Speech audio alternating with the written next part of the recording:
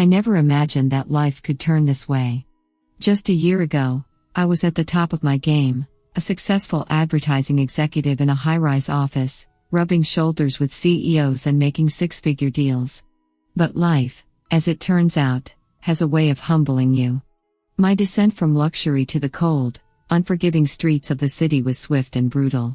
One minute, I was holding a glass of champagne at a client party, and the next, I was clutching my daughter Josie's hand, trying to find a warm place to sleep. The city was a harsh mistress. The streets buzzed with life, cars honking, people rushing by, the cacophony of 1,000 different lives intersecting, but for us, it felt like a prison. Josie, my bright-eyed, sweet-natured 7-year-old, didn't complain. Not once. She'd smile up at me, her innocence like a knife twisting in my gut. Every time I saw that smile, I promised myself I'd find a way out. I had to. For her. Then came the night we stumbled upon Ben Fisher's restaurant, a place that looked as defeated as I felt. The sign above the door, once bright and welcoming, now hung crooked, its neon lights flickering weakly. The windows were dim, showing rows of empty tables. But the smell, that rich aroma of roasting meat and fresh bread, drew us in like moths to a flame. I pushed open the heavy wooden door, the bell above it chiming softly, and found Ben wiping down the counter. His eyes, tired and weary, met mine. There was something in his gaze that told me he had seen better days, too. He was a tall man with broad shoulders, his hair graying at the temples. The lines etched into his face spoke of long hours and sleepless nights. "Can I help you?" His voice was gruff but not unkind. "We're just looking for a meal," I said, my voice barely above a whisper. I hated asking for help. But Josie's stomach growled audibly, and pride had no place here. Ben studied us for a long moment, then nodded toward a table in the corner. "Take a seat." I thanked him quietly, leading Josie to the table. As she sat, her eyes lit up at the sight of the food that Ben brought out, a plate of steaming pasta, bread, and a bowl of soup. She dug in with fervor, and I couldn't help but smile. For the first time in days, she looked content. Ben sat across from me, his gaze unwavering. "You're not just looking for a meal, are you?" I shook my head. "No. We're looking for a place to stay." He didn't respond right away, just kept studying me with those sharp eyes. Finally, he leaned back in his chair. "You can stay in the storage room. It's not much, but it's warm. And you'll get meals." My heart surged with gratitude. "Thank you. I'll find a way to repay you, I promise." Ben shrugged. "I don't expect anything in return.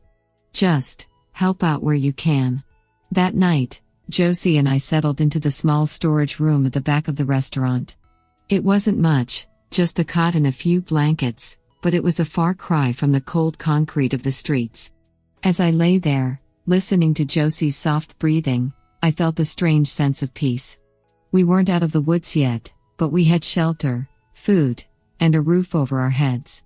In the days that followed, I started helping out around the restaurant, cleaning tables, washing dishes, whatever I could do to pull my weight. But it didn't take long for me to notice that Ben was struggling, too. The restaurant was nearly empty most nights, save for a few regulars who seemed more interested in Ben's company than the food. It was clear that business wasn't good. One night, after the last customer had left, Ben and I sat at the counter, nursing cups of coffee. The silence between us was heavy, filled with unspoken worries. "You're in trouble, aren't you?" I finally asked. Ben sighed, rubbing a hand over his face. "Yeah. Business has been bad for months. I'm barely keeping the lights on." I nodded, understanding his struggle all too well. "I used to work in advertising. Maybe I could help. In exchange for letting us stay here, I mean." He looked at me, surprised. "You'd do that?" I shrugged. "It's the least I can do. Besides, I need to feel useful again. And, well, I have a daughter to think about." Ben stared at his coffee for a long moment, then nodded. "All right. Let's see what you can do." And just like that, A partnership was born, two men, both broken in their own ways, trying to put the pieces of their lives back together. Little did we know, the journey ahead would change us in ways we never expected. The next morning, I woke up with a renewed sense of purpose. As I lay on the small cot in the storage room, listening to the faint sounds of the city waking up outside, I realized that this might be my chance to turn things around, not just for Josie and me, but for Ben too. If we could save this restaurant, we might just save ourselves in the process.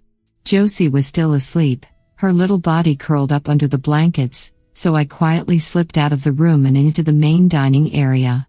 The morning light streamed through the windows, casting long shadows across the empty tables.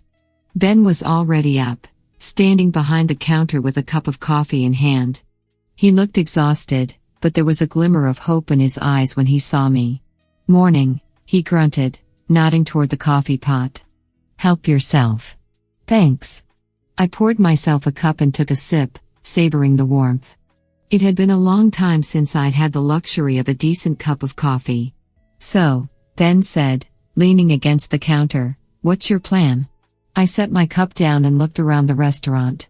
It had potential. The space was cozy, with rustic wooden tables and a warm, inviting atmosphere. But it was clear that it needed something more to draw people in. Something unique. "I've been thinking," I began. "What if we did something different? Something that sets this place apart from every other restaurant in the city?" Ben raised an eyebrow. "Like what?" I smiled, the idea forming in my mind. "A guessing game. We create a special dish every night, something unique, something people can't get anywhere else. But we don't tell them what it is. They have to guess the ingredients. If they get it right, they get a discount on their meal." Ben looked skeptical. "You think that'll work?" "It's worth a shot," I said. "People love a challenge. It gives them a reason to come back. And it's something different, something that'll get people talking." He thought about it for a moment, then nodded slowly. "All right. Let's give it a try." And so, we began the transformation. During the day, I worked on creating buzz for the restaurant. I called in every favor I could think of, reaching out to old contacts in the advertising world, and spreading the word on social media. In the evenings, Ben and I experimented with new dishes, unique combinations of flavors that would surprise and delight our customers. It wasn't easy. There were nights when the restaurant was still nearly empty, and I could see the doubt creeping into Ben's eyes. But slowly, word began to spread. A few curious customers came in, intrigued by the concept of the guessing game. Then, a few more. And before long, the tables started to fill up. Josie, ever the bright spot in my life, took to helping out in the restaurant too. She would greet customers at the door with her infectious smile, and they couldn't help but be charmed by her. She was a reminder of why I was doing this, why I couldn't give up, no matter how hard things got. And then there was Anna. She appeared one night, just as we were closing up. I hadn't seen her in years, not since Ben and I had drifted apart after college. But there she was, standing in the doorway with that same fiery red hair and sharp wit I remembered so well. "Ben called me," she said, her voice soft but steady. "He said you two could use some help." I glanced at Ben, who was wiping down the counter with a sheepish look on his face. I didn't know who else to call. Anna smiled, her eyes crinkling at the corners. "I'm glad you did." She rolled up her sleeves and jumped right in, helping us in the kitchen and even playing her guitar in the evenings to draw in crowds. Her music, a blend of soulful ballads and upbeat tunes, quickly became a hit with the customers. As the weeks passed, the restaurant transformed into a bustling hub of activity. The guessing game became a local sensation, with people coming from all over the city to try their hand at guessing the secret ingredients. And Anna, well, she became more than just a friend. There was a connection between us, something that had always been there but had grown stronger with time. But it wasn't until one late night, after the restaurant had closed and Josie was fast asleep, that Anna and I finally confronted the tension between us. We were sitting at the counter, sipping on the last of the wine, when she turned to me, her eyes serious. "Max," she said quietly, Why did you leave advertising? What happened? I hadn't told anyone the full story, not even Ben.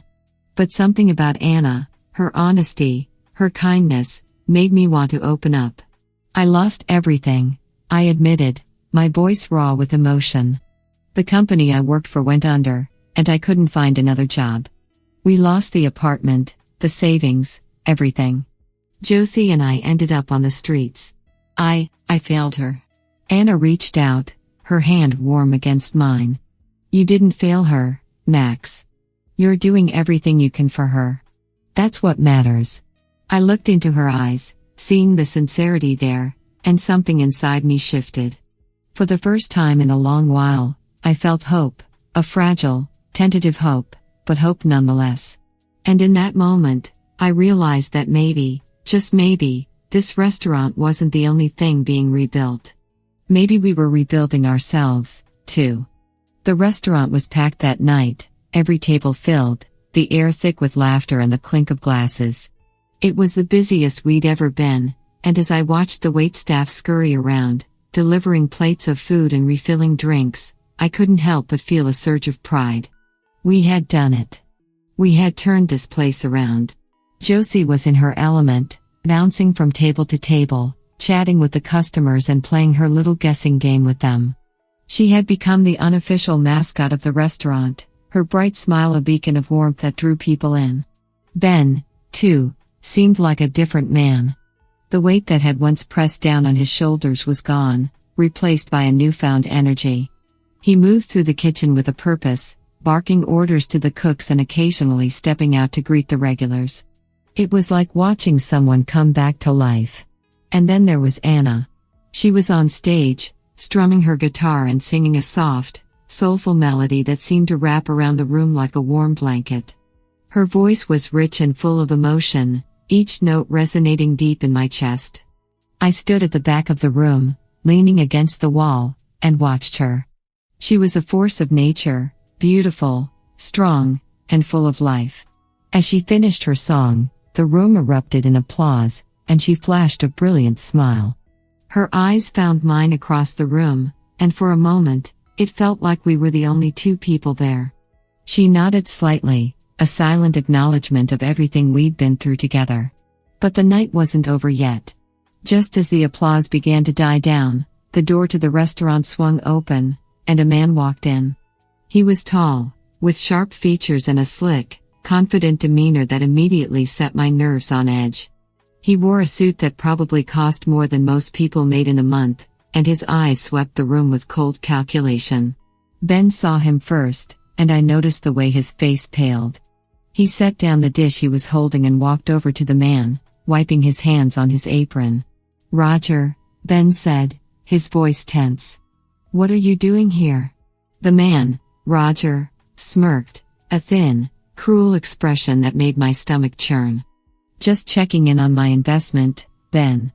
Looks like business is finally picking up." Investment?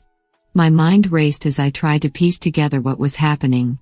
I glanced at Anna, who had stepped off the stage and was watching the exchange with a worried expression. Ben's hands clenched into fists at his sides. "We had a deal. You said you'd give me more time." Roger shrugged, feigning innocence. "I've been more than patient, Ben. But patience only goes so far. You owe me, and I'm here to collect." My heart sank as I realized what was happening. Ben had borrowed money, probably to keep the restaurant afloat during the tough times, and now this guy was here to cash in. The timing couldn't have been worse. I stepped forward, unable to stay silent any longer. "Hey, why don't we talk about this? I'm sure we can work something out." Roger turned his gaze on me, his eyes narrowing. "And who might you be?" "Max," I said, trying to keep my voice steady. "I've been helping Ben with the restaurant. Look, we've just started turning things around. If you give us a little more time, I'm sure." Roger cut me off with a wave of his hand. "I'm not interested in your excuses. Ben owes me a lot of money, and I'm not leaving here without it." The room had gone silent, all eyes on the confrontation unfolding in the middle of the dining area. I could see the fear in Ben's eyes, the same fear I had felt so many times in the past year. It was the fear of losing everything, of being powerless to stop the world from crumbling around you. But then Anna stepped forward, her voice steady and strong. "How much does he owe you?" Roger raised an eyebrow, clearly not expecting her to get involved. "More than you can afford, sweetheart." "Try me," she said, crossing her arms. Roger chuckled darkly. 500 grand. And that's with interest. The room seemed to tilt on its axis, and I felt a wave of nausea wash over me. $500,000. It was an impossible sum, especially for a small, struggling restaurant. But Anna didn't flinch. She pulled out her phone and tapped the screen a few times before holding it up to Roger. "I just transferred the money. You'll have it in your account by the end of the night." Roger's eyes widened in shock, and he snatched the phone from her, staring at the screen in disbelief. "What? How?" Anna smiled coldly. "I come from money, Roger. Old money. And I won't let you destroy what we've built here." For a moment, Roger looked like he might argue, but then he seemed to think better of it. He handed the phone back to Anna with a tight-lipped scowl. "Fine. But don't think this means you're off the hook. If you fall behind again." "We won't," Anna said firmly. "Now get out." Roger hesitated for a second, then turned and stormed out of the restaurant, the door slamming shut behind him. The room was silent for a long moment, and then Ben let out a shaky breath. "Anna," he whispered, his voice thick with emotion. I don't know what to say." She walked over to him, wrapping her arms around him in a tight hug. "You don't have to say anything, Dad. We're in this together." The weight of her words hit me like a ton of bricks. Anna was Ben's daughter. It all made sense now, the way she had jumped in to help, the way they interacted. They were family, and they had been fighting this battle together long before I came into the picture. I felt the lump rise in my throat as I watched them. This was what I had been searching for all along, a place where I belonged, where I could rebuild my life and find a new family. As Anna pulled away from her father, she turned to me, her eyes soft and full of warmth. "Max," she said quietly, "thank you. For everything." I smiled, though my heart was pounding in my chest. "I should be the one thanking you. You saved us tonight." She stepped closer, and I could feel the electricity crackling in the air between us. Maybe we saved each other. And then, without another word, she leaned in and kissed me. It was a soft, tentative kiss at first, but it quickly deepened, filled with all the unspoken emotions that had been building between us. When we finally pulled apart, the restaurant erupted in applause. Josie ran over, wrapping her arms around both of us in a tight hug, and I couldn't help but laugh. For the first time in a long while, I felt truly happy. We had faced the fire, and we had come out stronger on the other side. The restaurant was thriving, and I had found a new family, one that I would fight for, just as they had fought for me. As we stood there, surrounded by friends and loved ones, I knew that this was just the beginning. The road ahead would still have its challenges, but we would face them together. And in that moment, I knew that everything was going to be okay. If you liked this story, please subscribe, like, click the bell, and leave a comment. Thank you in advance.